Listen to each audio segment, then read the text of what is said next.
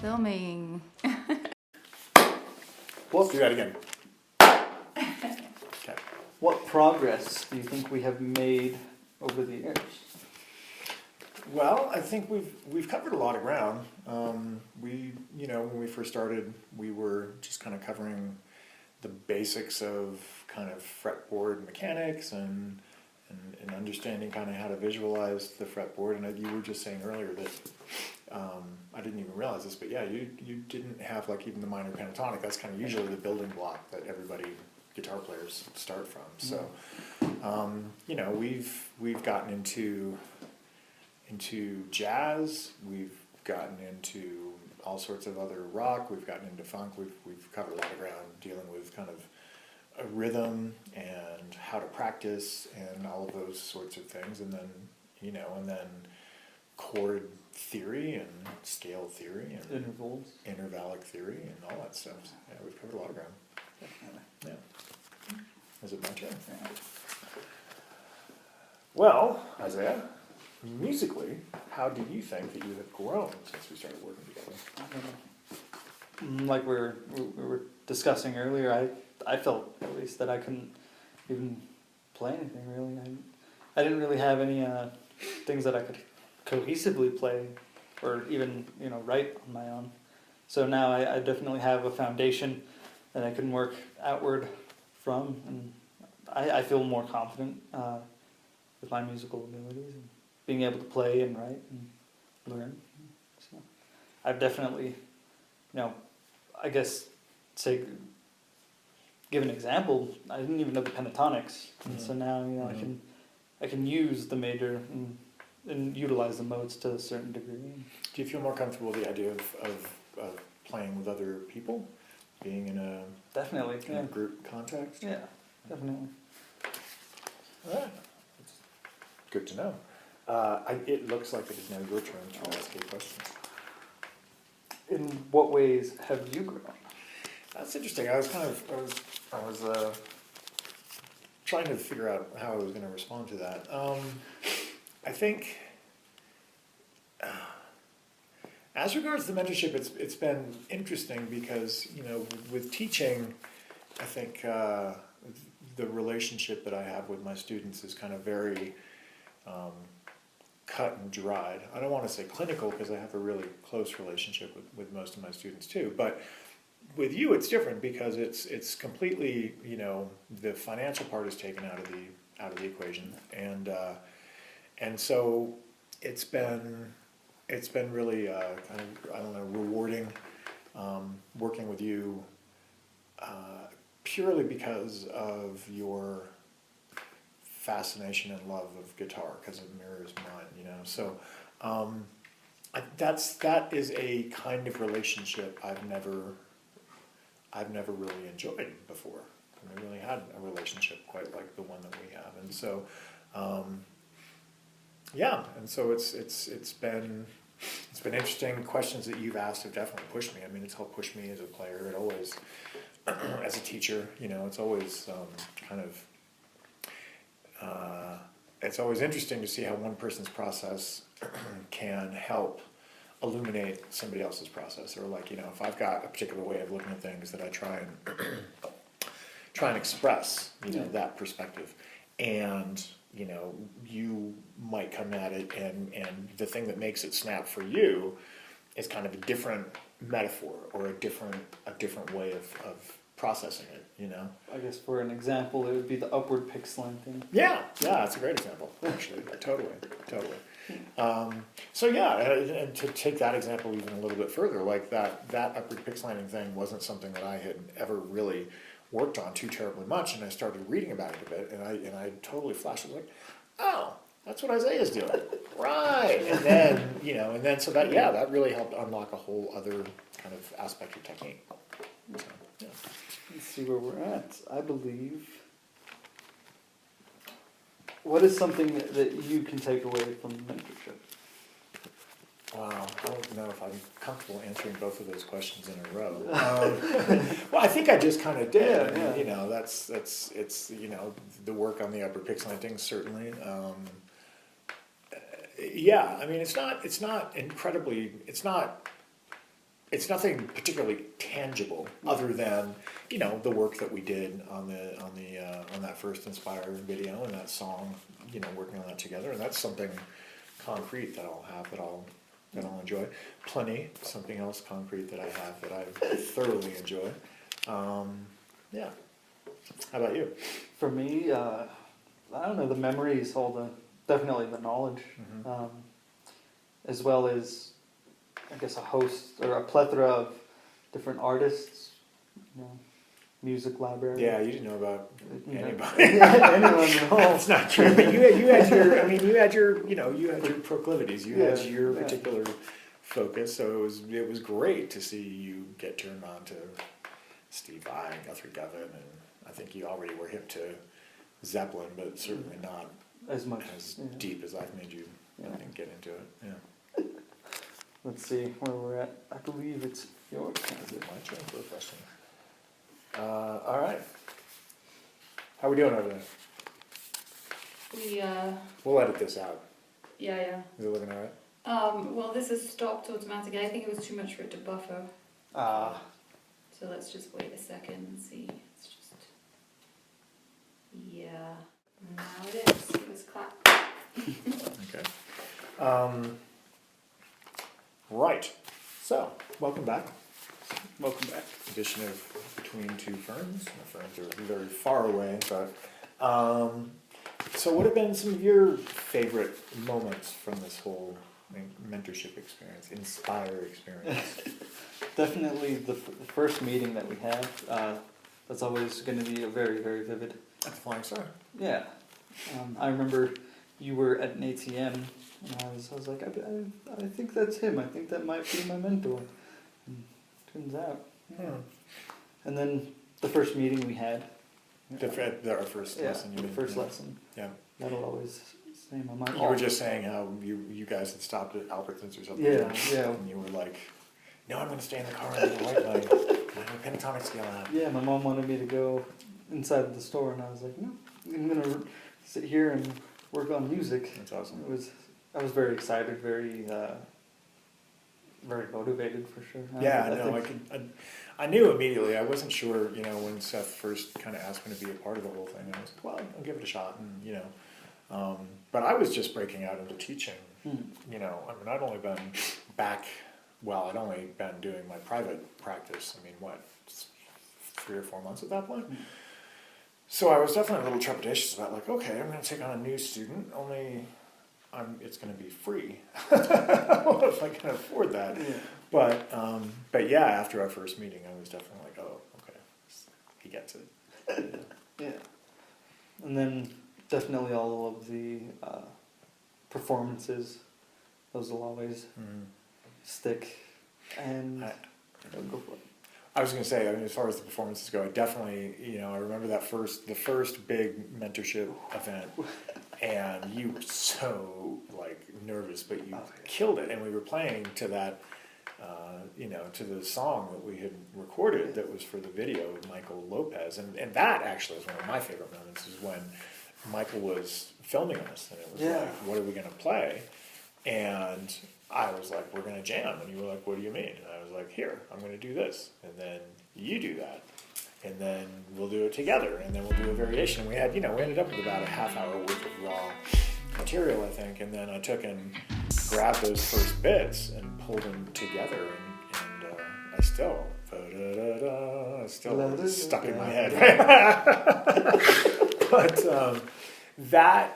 that seeing you do that the first time, and then what was great was doing the next video the next year for Michael, and there was the part at the end of that where he had stuck that video of your performance in, and then do you remember I had you come over and play a little diddly diddly diddly, right, to match up with your fingers going diddly diddly diddly, so that working on that was also great. But man, the first time that we did A-Train, together in front of people, and you didn't you did great. I think you didn't know what to make of it, and at first, anyway, yeah. So those are definitely stand-up moments. Also, having you come and pull weeds for me, I think was a real high point. I enjoyed when we worked together.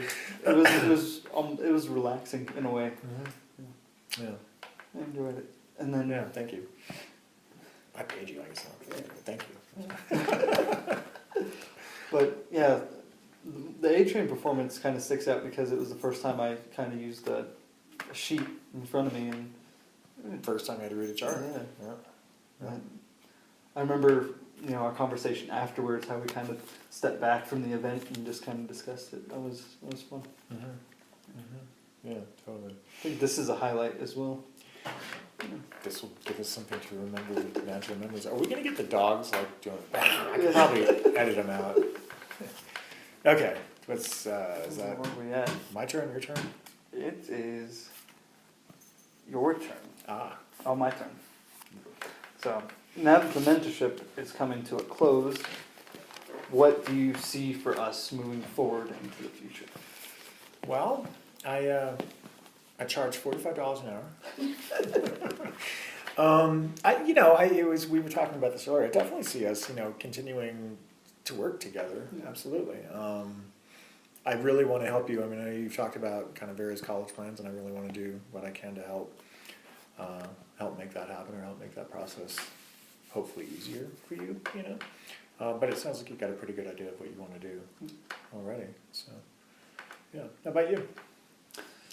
I see us, it's never been like a cut and dry mentorship. It's always been a friendship, very organic, and so I would love to continue working together. Yeah. Deal. Let's see. Now it is your turn.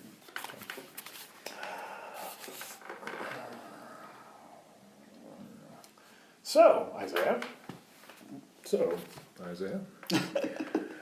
what role do you think A-Train played in our mentorship? Definitely a very pivotal moment. How so?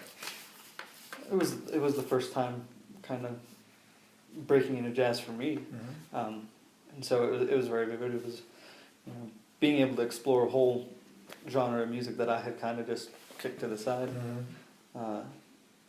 And so I think it very, very clearly illustrates, I guess, might have to edit this out. Definitely illustrates an organic process in terms of where I was headed musically and like the direction you were pushing me into, and so I think it opened up a floodgate. Yeah, I was really proud when you came to me with your what's the word I'm looking for? We're definitely going to edit this out. You came to me with your version of Fly Me to the Moon. I was definitely really impressed that you had pulled that together. And yeah, it's funny with the jazz thing, because I never really intended for you to be like, I'm going to be a jazz man now, and we're berets. But I definitely thought, in terms of deepening your understanding of rhythm, and I mean, no matter where you take those kind of theory and performance ideas, whether you end up, wanting to do straight up traditional like bebop or what, but being able to take that capacity to use the theory in that way, I think. So it's great that you really kind of run with it, more than I expected. Okay. I'm going to interject, because I know it's supposed to be your turn to ask this question, but I want to ask this question first, because I feel like this is kind of our closing question. Is that kind of right?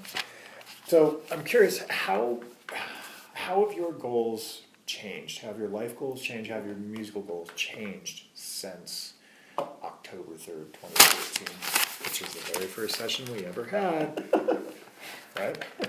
Oh gosh, I remember the first interview I did with Todd Lopez, kind of for the Inspire video. I think it was like a kind of commercial-ish thing. I remember that, yeah. Yeah. You actually were playing some nice acoustic in the beginning of that, yeah. And I remember telling him, all I want to do is play technical, brutal death metal. And he was like, you might want to, broaden that. and so... Thank you, Todd.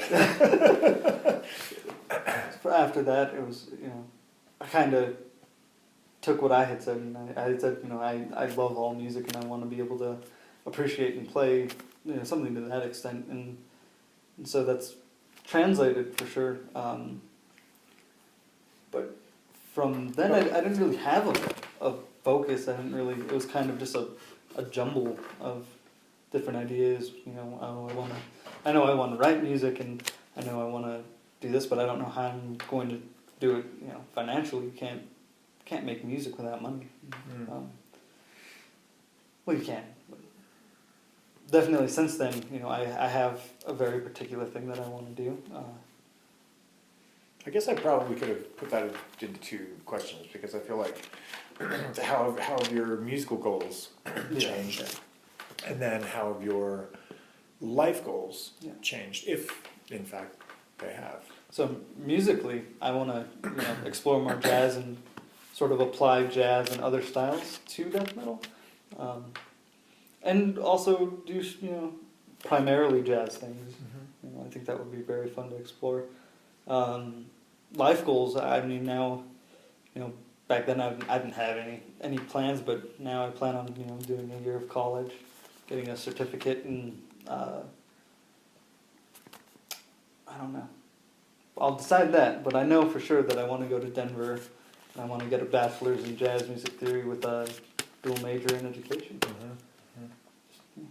Let's cut. Okay. This is really finally Last time that we're gonna do it. You want to noodle a little bit?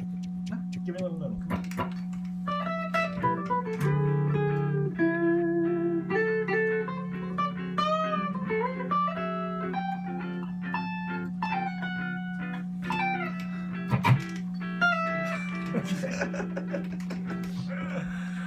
Okay, ready? Yep. Oh, 1, 2, 1, 2, 3, 4.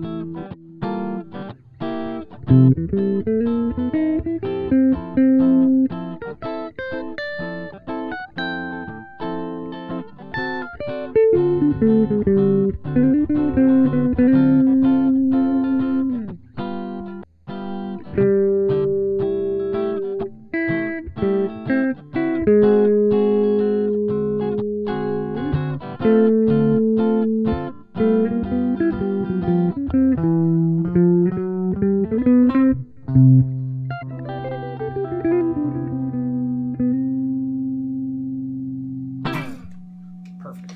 That was awesome. Alright, so we decided we're going to do Cruise the Train one more time. We're going to have the tape rolling over on this side. We're going to have tape rolling over there.